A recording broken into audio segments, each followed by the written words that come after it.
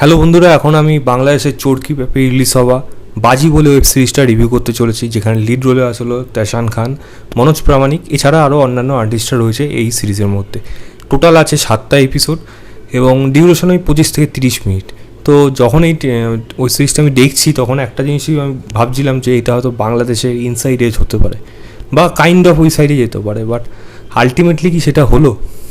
এই সিরিজের গল্পটা ছোটো করে বলি। বাংলাদেশে একটা প্রিমিয়ার লিগ হচ্ছে, যেটাকে তারা নাম দিয়েছে এসপিএল, বা ধরে নিতে পারেন ওটা বাংলাদেশ প্রিমিয়ার লিগ।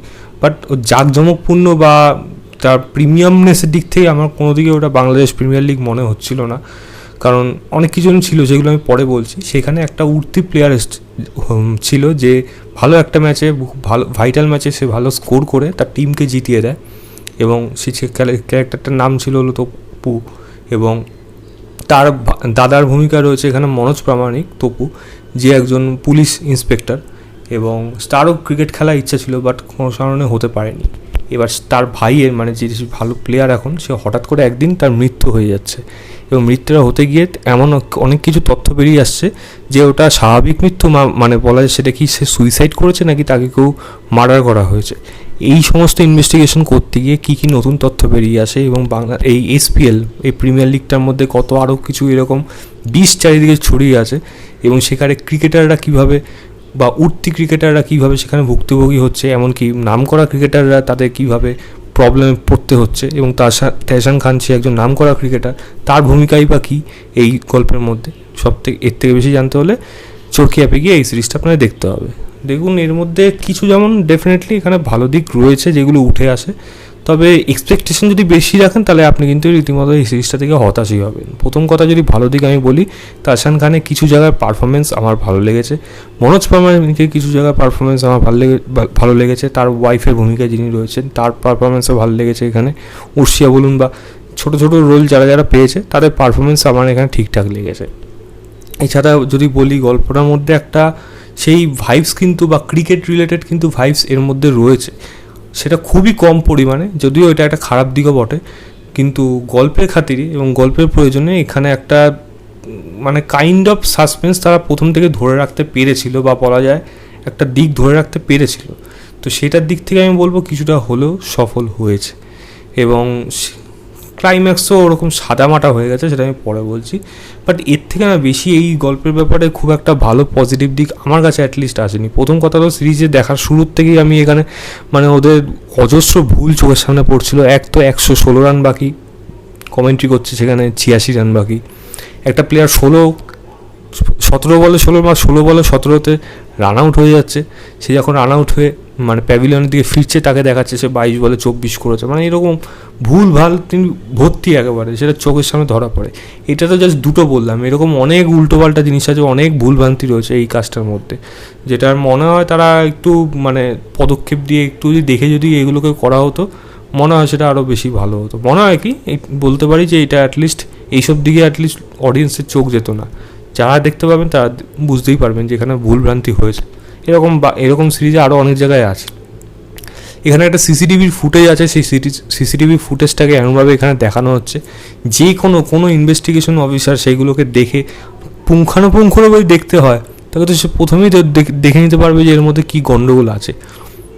একটা নাম আইডেন্টিটি আছে, সেই নাম আইডেন্টিটিটা লুকিয়ে রাখা হচ্ছে, সেখানে আরেকজন সেখানে এসে উপস্থিত হচ্ছে, তো সে কীভাবে আসলো, তাহলে সিসিটিভিতে গেল কোথায়? এরকম অনেক ভুলভ্রান্তি এই কাজটার মধ্যে রয়েছে, যেটা আমার মনে হয়েছে।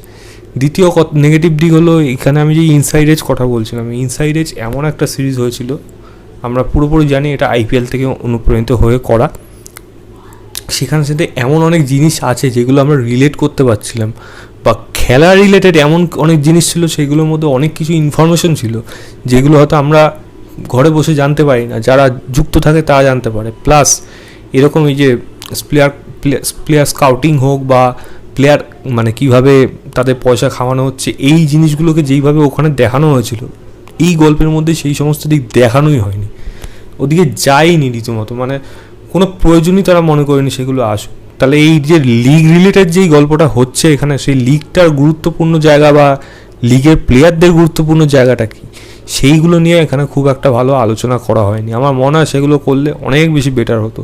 তাই গল্পের দিক থেকে এইটাকে আমি একটা মানে আধা খেসলা গল্প আমি এইটুকু বলতে পারি।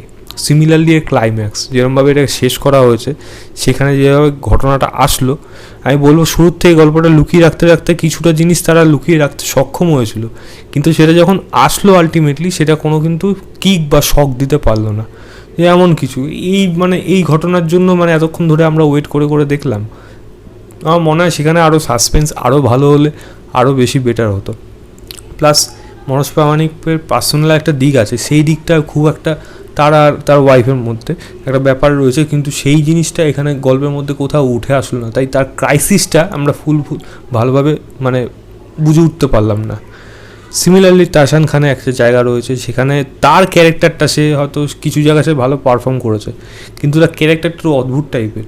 কখন কি মনে হবে, কখন মনে হবে খারাপ, কখন মনে হবে ভালো। তো আলটিমেটলি কী বলতে চাইলো ক্যারেক্টারটা দিয়ে, এবং লাস্টে গিয়ে যেই নিজের কথাটা সে বলতে চাইছে সেখান থেকে তাই যেটা বোঝাতে চাইলো সেটা না খুব একটা বেশি মিলনশীল হলো না, মিললো না ক্যারেক্টারটার সাথে। হঠাৎ মনে হলো তার এরকম করবে, বা হঠাৎ মনে হচ্ছে তার এখন সে এরকম করবে। তো দোনোমনো ব্যাপার হয়ে গেল কাজটার মধ্যে। সেই ক্যারেক্টারটাও ঠিক ওরকমই হয়েছে। তো এরকম রাইটিংও ভালো হয়নি, গল্পের রাইটিংও ভালো হয়নি, স্টোরি ডেভেলপমেন্টও হয়নি, ক্যারেক্টার ডেভেলপমেন্টও হয়নি এই গল্পের মধ্যে। তাই কোনোভাবেই সেটা আমি অ্যাটলিস্ট ইন্টারেস্টেড হইনি এই গল্পটার মধ্যে। এবং সেই একই জিনিস বললাম, বাংলাদেশের কাজের মধ্যে একটা স্লো কাজ করার প্রবণতা তাদের মধ্যে থেকে যায়। চ্যালেঞ্জ ঘটছে, এমন কিছু ঘটবে সেগুলো নিয়ে অডিয়েন্স ভাববে না কখন গিয়ে ঘটবে, একখানা ওরকম চিন্তা ভাবনা নিয়ে তারা প্রত্যেকটা কাজ করতে থাকে। যেখানে প্রয়োজন নেই সেখানে জোর করে করে সেখানে স্লো প্রেস ড্রামা তারা রাখে। আমি জানি না এটা তাদের হয়তো ইচ্ছা, তাদের ইচ্ছায় মনে হয় এটাই হয়তো সব কাজে করবে, বাট এটা হয় না, এটা খারাপ হয়ে যায় অনেক সময়। সিমিলারলি এই কাজটার ক্ষেত্রেও কিন্তু সেটা হয়েছে। সিরিজটাকে অনেক বড় আরও করা যেত, অনেক গল্প অ্যাড করা যেত, অনেক ইনফরমেশন দেওয়া যেত, যেইগুলোই কাজের মধ্যে ছিল না। চিত্রনাট্য আমার খুব একটা এখানে ভালো লাগেনি। তো একটু নন লিনিয়ার ওয়েতে গল্পটা শুরু হয়, তারপরে গল্পটা একদিকে যায়, সেগুলো দেখা ফ্ল্যাশব্যাকে হয়, তারপর আসতে গিয়ে ক্লাইম্যাক্স হয়, এরকম দেখানো হয়েছে। বাট সেটাও খুব একটা বেশি চ্যালেঞ্জিং না। মিথিলা হোক বা অন্যান্য কারোরই পারফরমেন্সও খুব বেশি না এফেক্টিভ না। তো আমার সেরকম কিছু ভালোও লাগেনি গল্পটার মধ্যে। তো আমি বলবো আমার কাছে এই কাজটা একটা বিলো অ্যাভারেজ কাজ। আমি ম্যাক্সিমাম হয়তো 2 স্টার দেবো আউট অফ 5 বলবো। চরকিতে আছে, গিয়ে দেখুন। আরও অনেক খারাপ দিক আছে, সেগুলো আর বললাম না। আপনারা গিয়ে দেখুন, তারপর আপনারাই জানাবেন আপনাদের কেমন লাগলো। তো এই ছিল আমার ওভারঅল রিভিউ বাজি বলে ওয়েব সিরিজটা। ভিডিওটা ভালো লাগলে লাইক, শেয়ার এবং চ্যানেলটাকে সাবস্ক্রাইব করে দেবেন। বাই।